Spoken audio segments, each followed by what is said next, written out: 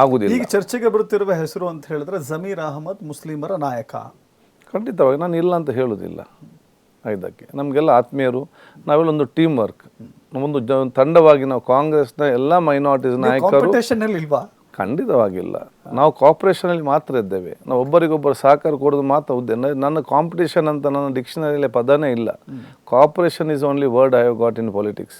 ನಾವೆಲ್ಲರಿಗೆ ಮುಸ್ಲಿಂ ನಾವು ಎಲ್ಲರಿಗೂ ನಾನು ಹೇಳಿದೆ, ಈಗ ನಾನಿರಲಿ, ತನ್ವೀರ್ ಇರಲಿ, ಜಮೀರ್ ಇರಲಿ, ರಿಜ್ವಾನ್ ಇರಲಿ, ನಮ್ಮ ಆರಿಸ್ ಇರಲಿ, ಸಲೀಂ ಅಹಮದ್ ಇರಲಿ, ಅದೇ ರೀತಿ ನಸೀರ್ ಅಹಮದ್ ಅವರು ಇದ್ದರು, ಅದೇ ರೀತಿ ನಮ್ಮ ನಾವೆಲ್ಲರೂ ಕೂಡ ಒಂದು ತಂಡವಾಗಿ ಒಂದು ಟೀಮ್ ಆಗಿ ಮತ್ತು ನಾವು ಎಲ್ಲರೂ ಕೂಡ ಪ್ರೀತಿಸಿಕೊಂಡು ಹೋಗುವಂಥ ವಾತಾವರಣ ಅಲ್ಲದೆ ನಮ್ಮಲ್ಲಿ ಯಾರು ಕೂಡ ಭಿನ್ನಾಭಿಪ್ರಾಯ ಎಲ್ಲೋ ಇಲ್ಲ. ಅದು ಆಗಲಿಕ್ಕೆ ನಾವು ಬಿಡೋದು ಕೂಡ ಇಲ್ಲ. ನೀವು ಮಂಗಳೂರಿಗೆ ಮಾತ್ರ ಸೀಮಿತನಾ? ಇಲ್ಲ, ನಾನು ಅದು ಜನ ಹೇಳಬೇಕಲ್ಲ. ಯಾಕೆಂತ ಹೇಳಿದರೆ ನಾವು ಮಂಗಳೂರಿಗೆ ಮಾತ್ರ ಸೀಮಿತವಾಗಿ ಎಲ್ಲಿಯೂ ಇಲ್ಲ.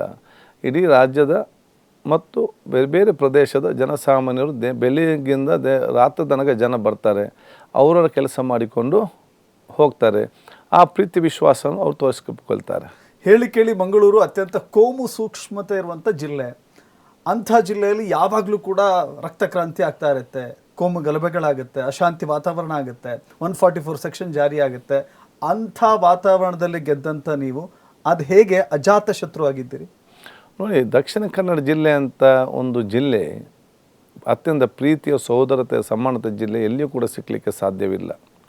ನಮಗೆ ದೂರದಿಂದ ನೋಡುವಾಗ ನೀವು ಹೇಳಿದಾಗ ಯಾವ ರೀತಿ ಕೆಲವೊಂದು ಸನ್ನಿವೇಶದಿಂದ ಕೆಲವರು ನಿರ್ಮಾಣ ಮಾಡಿದ ಕಾರಣ ಇವತ್ತು ಆ ಒಂದು ಸನ್ನಿವೇಶ ಕಾಣ್ತಾ ಇರ್ಬೋದು.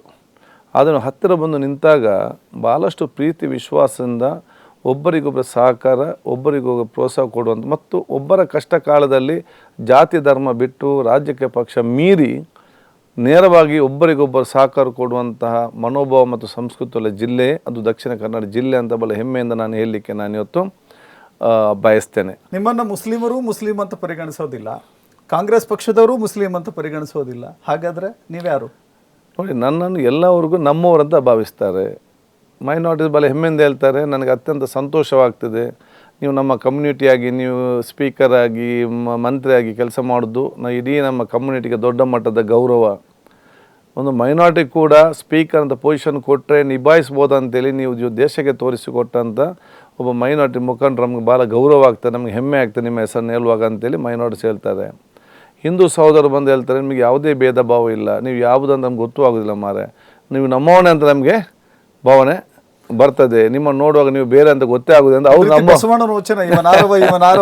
ಅವರು ಕೂಡ ಅದೇ ರೀತಿ ಕ್ರಿಶ್ಚಿಯನ್ ಸಹೋದರರು ಕೂಡ ನಮಗೆ ಆ ರೀತಿ ಅದು ದೇವರು ನನಗೆ ಬಹುಶಃ ದೊಡ್ಡ ಮಟ್ಟ ಆಶೀರ್ವಾದ ಕೊಟ್ಟಿದ್ದಾರೆ. ಎಲ್ಲರ ಪ್ರೀತಿ ವಿಶ್ವಾಸ ಸಿಕ್ಕುವಂಥದ್ದು. ಅದಕ್ಕೆ ನಾನು ಭಾಳ ಸಂತೃಪ್ತ ಮತ್ತು ಭಾಳ ಖುಷಿಯಿಂದ ಇದ್ದೇನೆ. ಅದೇ ನಮಗೆ ಅಧಿಕಾರಿಗಿಂತಲೂ ಮಂತ್ರಿ ಸ್ಥಾನಗಿಂತಲೂ ಆರ್ಥಿಕ ಸ್ಥಿತಿವಂತರಿಗೆ ಶ್ರೀಮಂತರಿಗಿಂತಲೂ ಅದೇನು ನಮಗೆ ಇವತ್ತು ಜನರ ಪ್ರೀತಿ ವಿಶ್ವಾಸ ಸಿಕ್ಕಿದೆ ಅಲ್ಲ, ಅದೇ ಅತ್ಯಂತ ದೊಡ್ಡ ಮಟ್ಟದ ಹುದ್ದೆ ಮತ್ತು ಒಂದು ಶ್ರೀಮಂತಿಗೆ ಅಂತ ಎನಿಸಲೇ ಬಯಸ್ತೇನೆ.